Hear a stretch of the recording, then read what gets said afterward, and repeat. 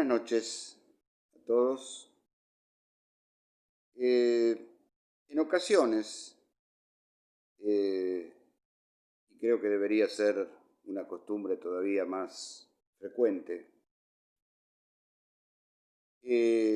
nos vemos en ocasión de necesidad de pronunciarnos sobre algunos temas muy importantes para nuestra vida social, nuestra vida política y nuestra convivencia mutua como sociedad. Y en ocasiones también ocurre que algunas tomas de posición suelen ser vistos como extraordinariamente antagónicas, más en épocas de grandes convulsiones, de grandes discusiones y hasta casi de grandes antagonismos políticos y sociales. Y en ocasiones también algunos factores contribuyen para que estas diferencias, que deberían ser a veces eh, no solo de matiz, sino de intensidad, se magnifican tremendamente.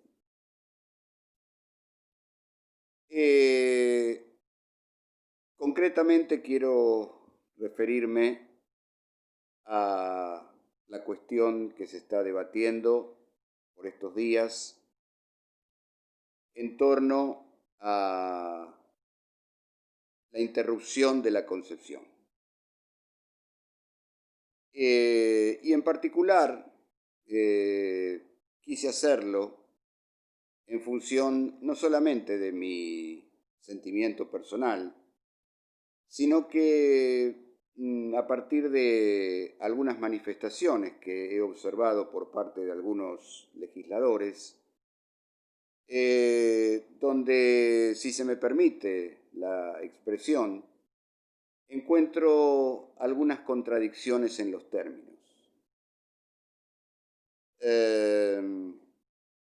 Y bueno, voy a intentar, digamos, humildemente, tratar de dar cuenta de ellas y bueno, ver si el resultado es satisfactorio o no, pero quiero aclarar de movida una cuestión que creo que es básica. Esta toma de posición no implica una concepción en última instancia ni religiosa ni metafísica, sino que creo que es una cuestión de filosofía política.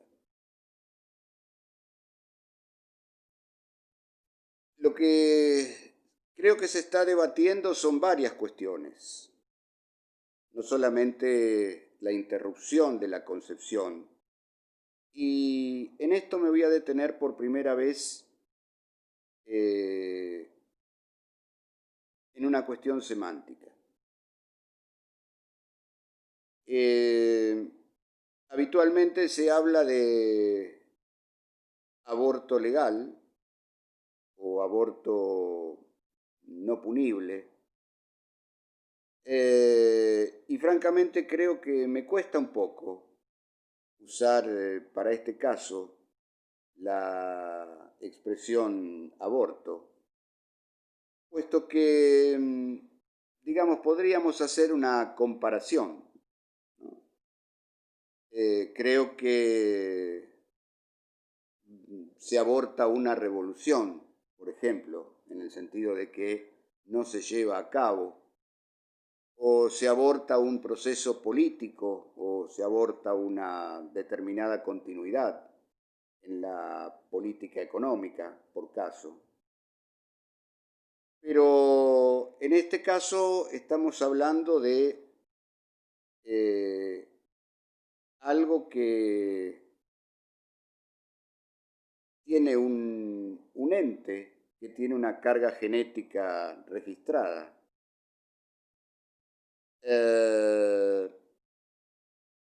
Y que momentáneamente está en acto,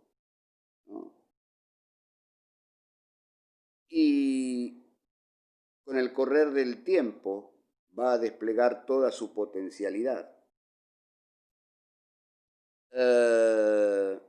Así como nosotros, en nuestra vida personal, somos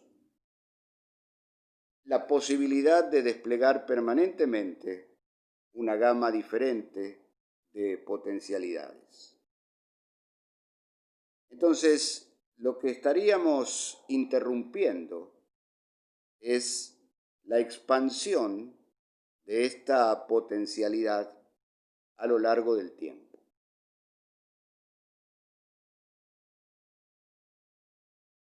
De modo que le estamos dando en principio, o le estoy dando yo en particular, y creo coincidiría con mucha gente al respecto, la calidad de una vida en potencia que se interrumpe.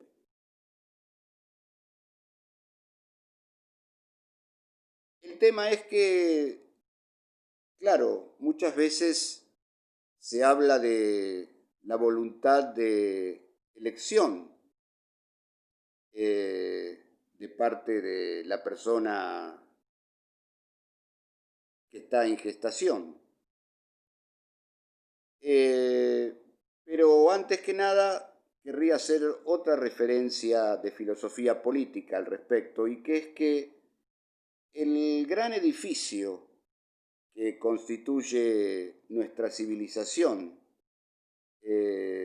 podríamos decir occidental, pero podríamos darle un cierto ribete político a este punto, y de este hemisferio, por así decir, ¿no? En los últimos 4 siglos se ha basado sobre nada más que 3 o 4 derechos. Y se ha incrementado, digamos, y se ha expansionado el fenómeno social y político en base a esos 3 o 4 derechos. ¿Cuáles son esos derechos? El derecho a la libertad, el derecho a la propiedad y el derecho a la vida.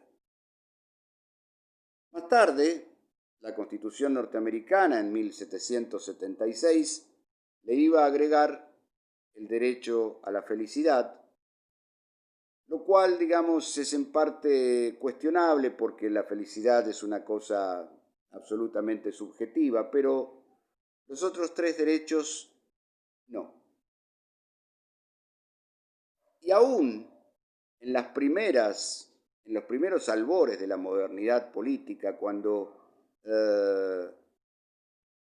todavía, digamos, la constitución de los estados eran bastante noveles, aún se creó la figura del Leviatán, que abarcaba prácticamente todos los derechos, ¿no?, de la ciudadanía, y el ciudadano le entregaba a ese Leviatán todos sus derechos, con una sola condición: de que el Leviatán precisamente respaldara su derecho a la vida.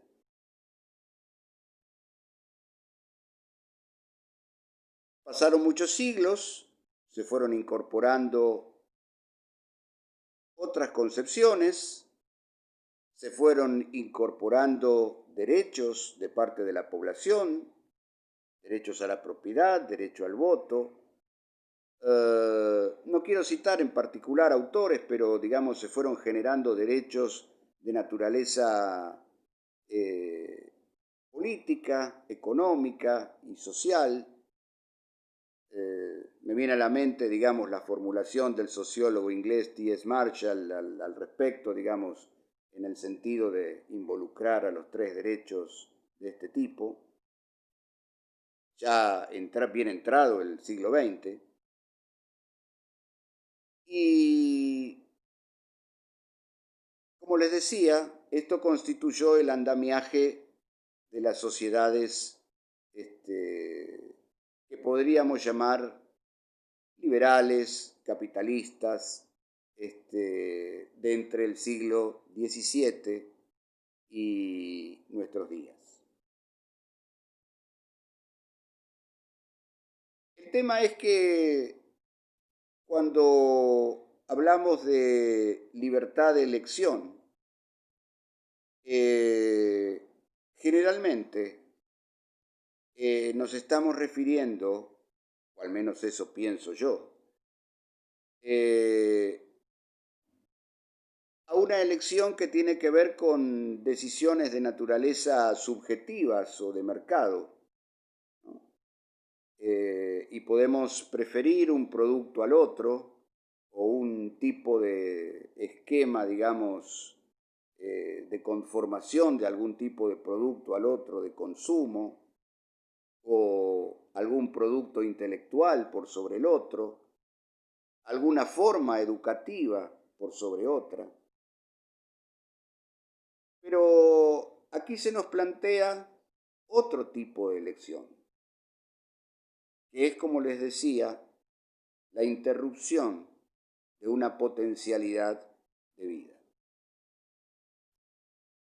Y en verdad, aquí debo citar la primera contradicción en los términos, que me parece notar. Porque en general, la persona que está más cercana a considerar la interrupción de esta potencialidad, en general suele estar bastante lejana en el resto de sus concepciones de preferencias de la libertad de elegir en otros respectos, o del marco conceptual, del marco filosófico, del marco político que implica la libertad de elegir como un todo, como una elección de vida, como una forma de vida.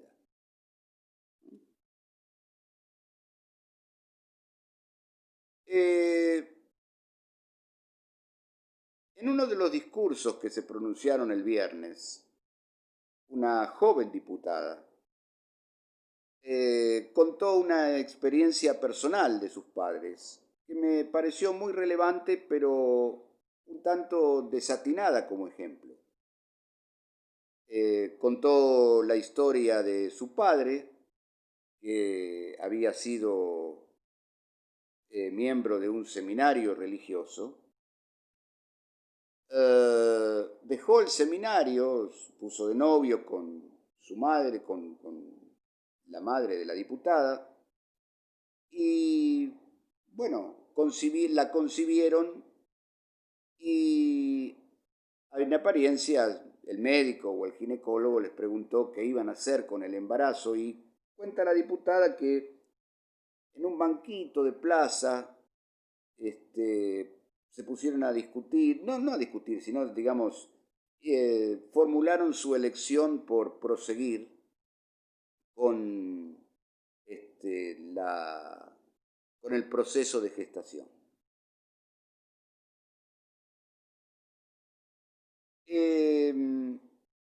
Me parece que la diputada en particular no tomó en cuenta que es posible que en la decisión de sus padres no haya primado un asunto económico ni sociológico, sino que es posible que haya sido influida en cierto punto, por la formación de su padre, en particular en cuestiones que hacían a la teología. Y quizás eso haya sido el determinante de la elección final. Porque su padre posiblemente sabía muy bien lo que implica la interrupción de una potencialidad de vida.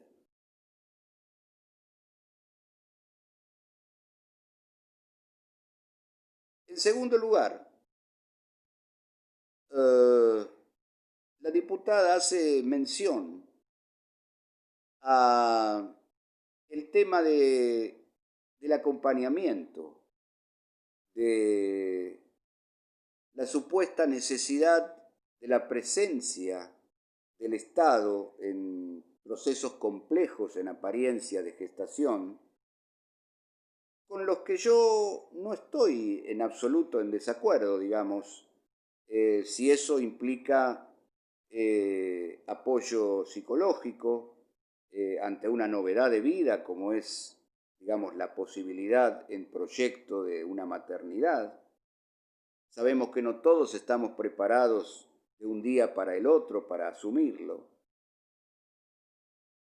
Pero en lo que no estoy de acuerdo es en que ese acompañamiento deba ser, en cierto modo, una conclusión final, que es la interrupción de la potencialidad de la gestación. Y más aún, si es gratuita, porque, digamos, esto estaría financiado con fondos de todos los ciudadanos. Y creo que las decisiones deben ser en este sentido privadas,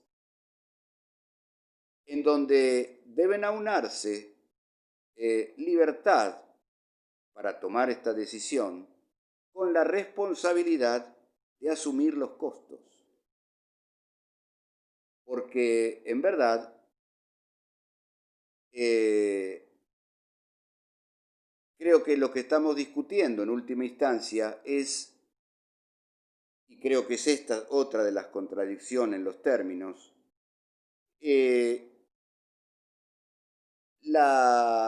lo deficitario que es en cierto modo la ética consecuencialista que se deduce en ocasiones de nuestros actos.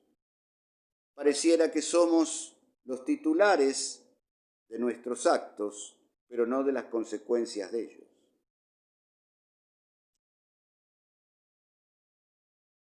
Lógicamente que dentro de quienes defendemos esta estructura de derechos que yo citaba anteriormente, vida, libertad, propiedad, por supuesto que no hay una característica unívoca y de hecho ustedes van a encontrar muchísimas voces que se van a pronunciar a favor de la interrupción de la potencialidad, inclusive en nombre del derecho a la vida, lo cual, por cierto, que es otra contradicción en los términos. Pero creo que se deducen de aquella libertad de elegir, de aquel Estado que debería estar presente, de aquel Estado que debería acompañar, un sinnúmero de decisiones que trascienden el campo de lo metafísico, lo ideológico, y que rozan el terreno ya de lo económico y de las decisiones éticas y, como les decía, de naturaleza consecuencialista.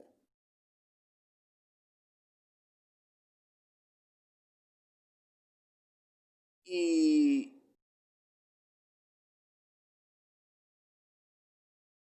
por último, está el tema que no es menor del Estado presente.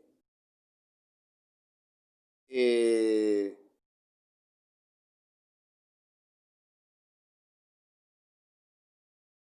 Estado, como cuerpo general, digamos, de unión de todos los ciudadanos, por supuesto que debe estar presente en más de una ocasión. Debe estar presente precisamente garantizando derechos. Debe estar presente formulando políticas que engrandezcan y maximicen las oportunidades de cada uno de los ciudadanos de la nación. Pero es posible que con el correr de las décadas se haya en cierto modo malentendido el concepto de presencialidad del Estado y se lo haya atribuido a eventos que nada tenían que ver con la necesidad de su presencia, como empresas fallidas, emprendimientos que eran enormemente costosos y que no había, digamos, posibilidad de emprendimiento por parte de privados, pero que curiosamente se consideraban una necesidad. Y en este caso también el apoyo a situaciones de interrupción de la potencialidad humana. Y por último me quería referir a un argumento que suele usarse mucho en este caso y que tiene que ver con el caso extremo. Muchas veces en derecho, en filosofía, se argumenta recurriendo al caso extremo de la situación, ¿no? Y en este caso, muchas veces se hace también referencia al tema del abuso o de la violación, sea de una persona consciente o aún peor todavía, de una persona que no es consciente de sus actos.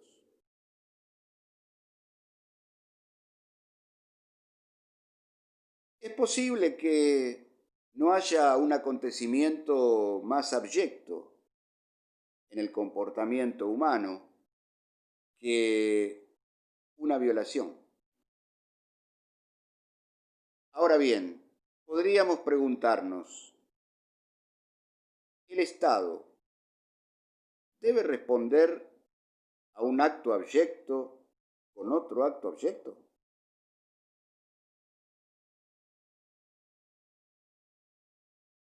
Mi modesta respuesta es que creo que no. Y allí podríamos quizás elaborar el tema del acompañamiento, como me decía los otros días un profesor a quien yo respeto mucho, todavía la ciencia no ha podido inventar el tema de la transferencia de úteros, ¿no? Pero tampoco el Estado puede contestar de esta manera. Y esto también, que conteste de esta manera, sería una contradicción en los términos y casi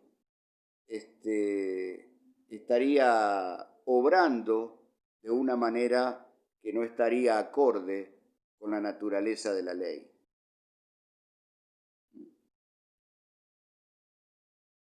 Así que, bueno, quería simplemente dejarles estas reflexiones.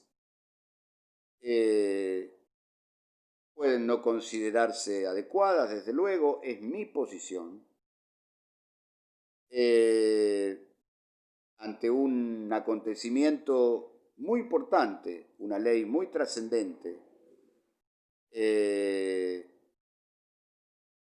y la última contradicción en los términos que debo verme en la obligación de citar es que muchas veces se ha hecho hincapié en los derechos de no humanos, ¿no? En el derecho animal, en ciertas costumbres que tienen que ver con la alimentación, etcétera, etcétera, pero curiosamente muchas de esas personas adhieren a la interrupción de una potencialidad humana. Y aquí es donde yo también noto otra contradicción en los términos.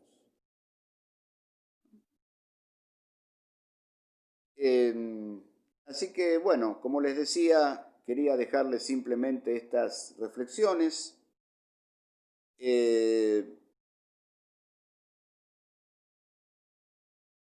Sabemos como ciudadanos que hemos delegado en nuestros representantes la toma de decisiones, así funcionan las democracias representativas.